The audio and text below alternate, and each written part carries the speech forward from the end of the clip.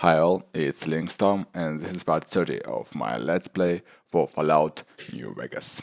I'm playing Honest Hearts add-on in this video.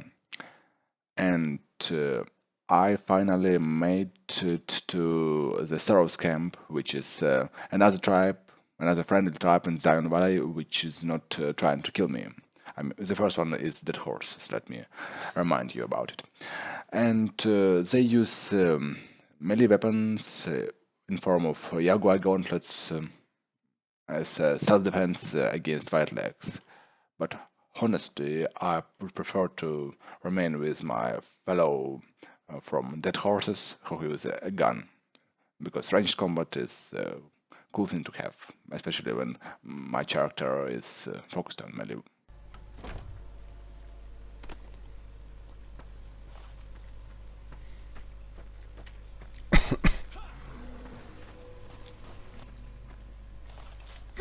It's a cazador.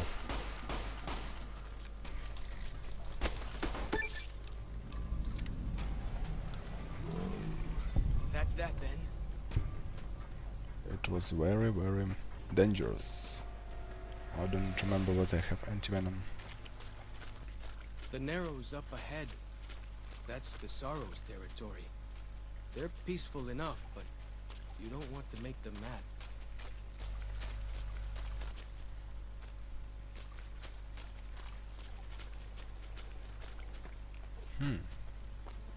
Quite big. Do you want to tell me something? You are the one Joshua Graham sent to us. Blessings of the Father in the cave on you. Daniel is waiting for you.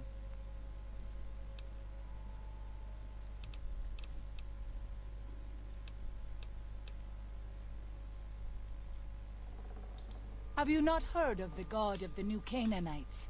He is our protector and our judge.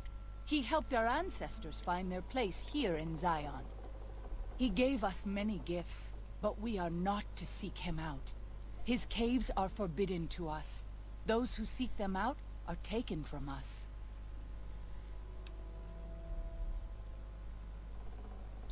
Perhaps you do not fully understand the New Canaanites. I have seen the Father's images. His holy bride and holy son were given unto the world to save it. They dwelt in the caverns of the mountains, caverns which can still be seen today. The people sinned against him, and were punished with the end that came in fire and the loss of the holy tongue. Only the New Canaanites were spared. I'm sure Daniel could tell you more. His knowledge of the Father is greater than my own.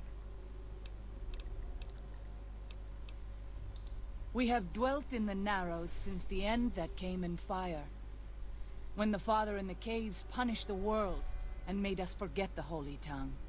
We have had good relations with the other tribes in the valley, at least before Salt Upon Wounds brought his white legs here. We have Daniel to thank for our continued existence. His advice and help has kept the white legs from overrunning us so far. I do not know how long even he can protect us, though. He is war chief of the White Legs, and the worst butcher of them all. The tribes he has crushed are many. The warriors he has slain, countless. Daniel is a wise man, and a great friend to the Sorrows. He taught me to speak the language of New Canaan, the English from the holy books. Yes, the language of the New Canaanites is the holy tongue, for it is the language their sacred books are written in. The Father in the caves brought it to them after the judgment, but the ancestors of the Sorrows sinned against him. They were denied the true tongue. 6 years. He attended the birth of my third child. It was a hard birth. The river nearly carried my water to the Father, and my child's with it. Daniel knew the ways of New Canaan's medicine. He stepped in and saved both of our lives. After the birth, I asked Daniel if he would teach me what he knew of childbirth. He agreed, and so here I am.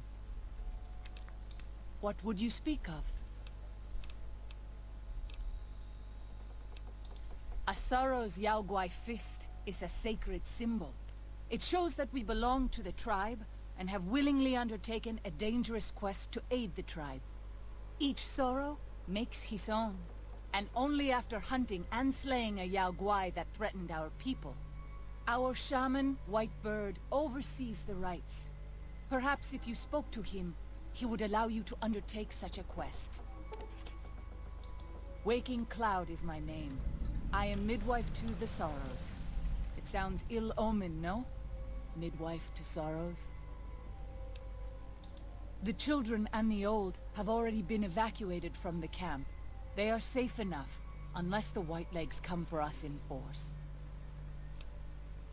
I tend to other hurts and sicknesses that afflict our tribe. I also scout the valley for the herbs I use in my medicines. What would you speak of?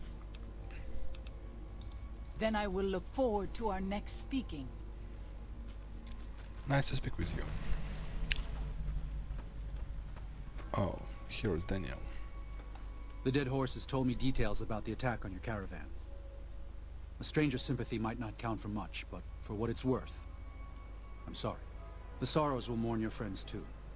They mourn everyone, even the Whitelegs. They have sensitive souls. Innocent, if there is such a thing. In spite of what's happened, I hope that Joshua and I can help you out of here. But to be frank, we need your help too.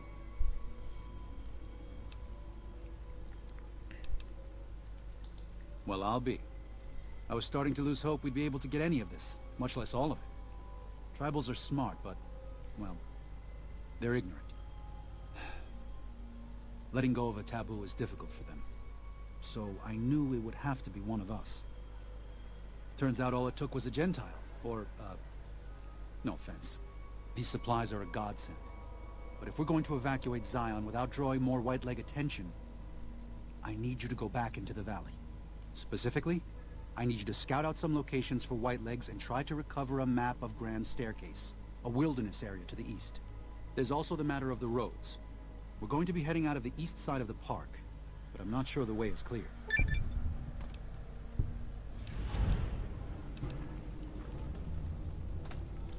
I appreciate the enthusiasm. There aren't a lot of people in the wasteland with kindness to spare for anyone who isn't kin. Since you've been poking around the valley, you might see more activity from the Whitelegs. One of the Sorrow's hunters, Waking Cloud, has volunteered to help guide you through the valley. She has a special talent for staying out of sight.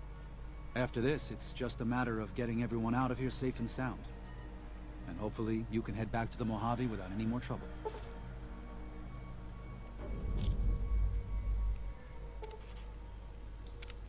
Daniel said that I was to travel with you until you have completed your scouting. Is this pleasing to you? Certainly. We should make haste then.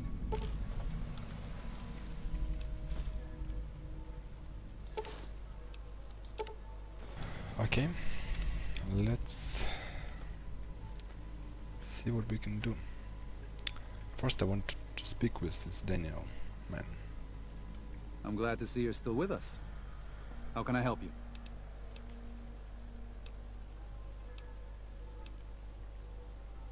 I used to help the Sorrows with various medical problems and general issues they were having, but my bishop sent me here as a missionary. We New Canaanites believe that there is a path to salvation for everyone, and it's important that we set people on that path if they are willing.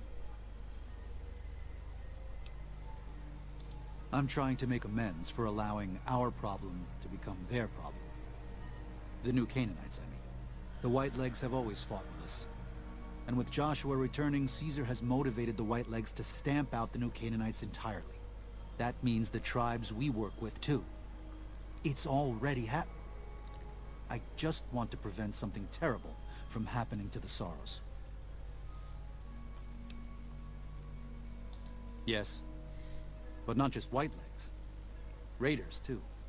Prospectors, slavers. Anyone who thinks they can exploit the ignorant and the innocent. We lost the Tar Walkers, and the Crazy Horns. We did our best, but we made mistakes. We paid for them. But they paid more.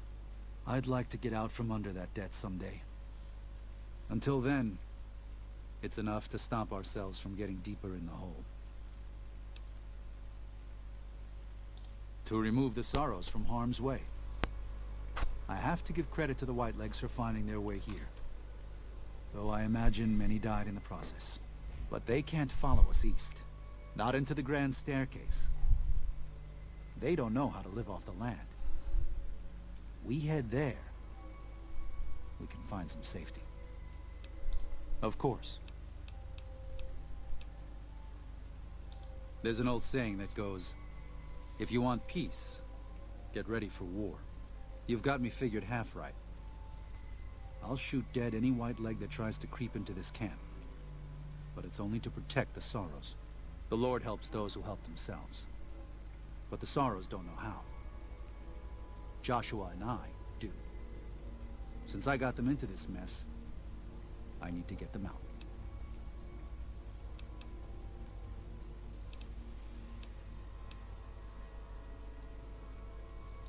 There is an important difference between killing in defense and waging war.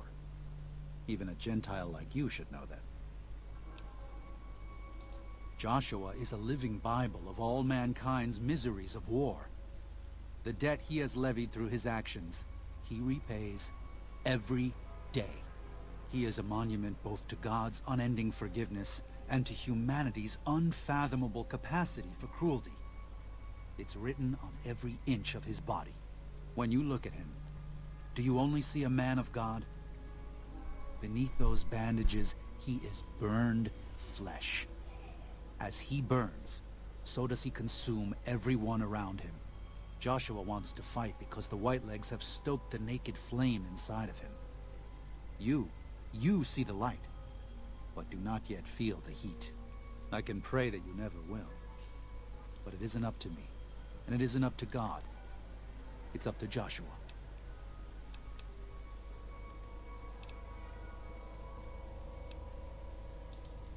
Father in... Oh, right. He's some spirit the Sorrows used to believe in. Watched over them from the caves in the valley. They marked some of the caves around here because they think they'll be punished for going inside. I think as more of them learn the teachings of the new Canaanites, they'll lose their old superstitions.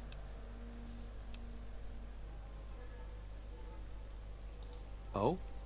Oh. Of course. How stupid of me. They probably also think Mary is the mother and Jesus is the child. No wonder they picked up on things so easily. I guess it just goes to show how difficult it is to communicate sometimes. They're hateful savages who live only to plunder and destroy. Their leader is a devil called Salt Upon Wounds. War is all he knows. Everything he has, everything that tribe has, was taken by force, raiding, and scavenging. It's said there's no man deadlier at close range. That power fist of his has smashed 100 skulls. Maybe that's true, but so what? It's a low form of leadership. A tribe that knows only war has no future. And so he'll lead them to Caesar. If you could part with it, healing powder would be welcome. We have enough stimpaks for now, but we can't rely on that small supply. Brock and Xander plants can be found throughout the valley. And you might even find some on Whitelegs you come across. Ah, that's great news. We can use anything you can offer. Thanks. Even one dose can make a difference. I should be able to address most common problems. What's the matter? I can provide medical assistance. I can even use supplies that we have here. But I can't just sell what we have. I need to address problems as they arise. And most of those have to do with the Sorrows or dead horses.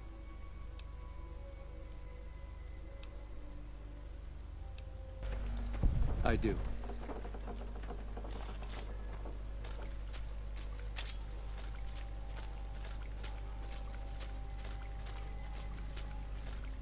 By the rivers of Babylon, there we sat down. Yea, we wept, when we remembered Zion. Remember, O Lord, the children of Edom in the day of Jerusalem, who said, raise it even to the foundation. O daughter of Babylon, who ought to be destroyed, happy shall he be, that rewardeth thee as thou hast served us. Happy shall he be that taketh and dasheth thy little ones against the stones. Do you know what it means?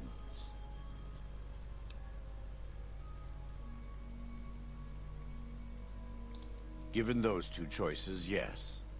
In the best of all possible worlds, they would just leave us in peace. But they won't. I don't enjoy killing, but when done righteously, it's just a chore, like any other. Practiced hands make for short work, and the good Lord knows there's much to be done here.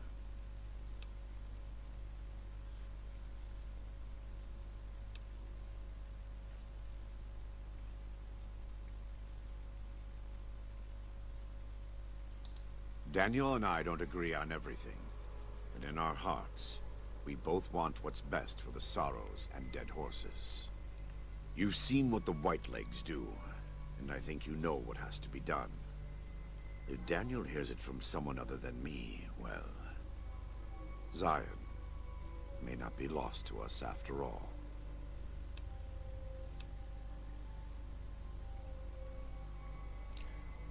I think I don't like Whitelegs enough to kill them.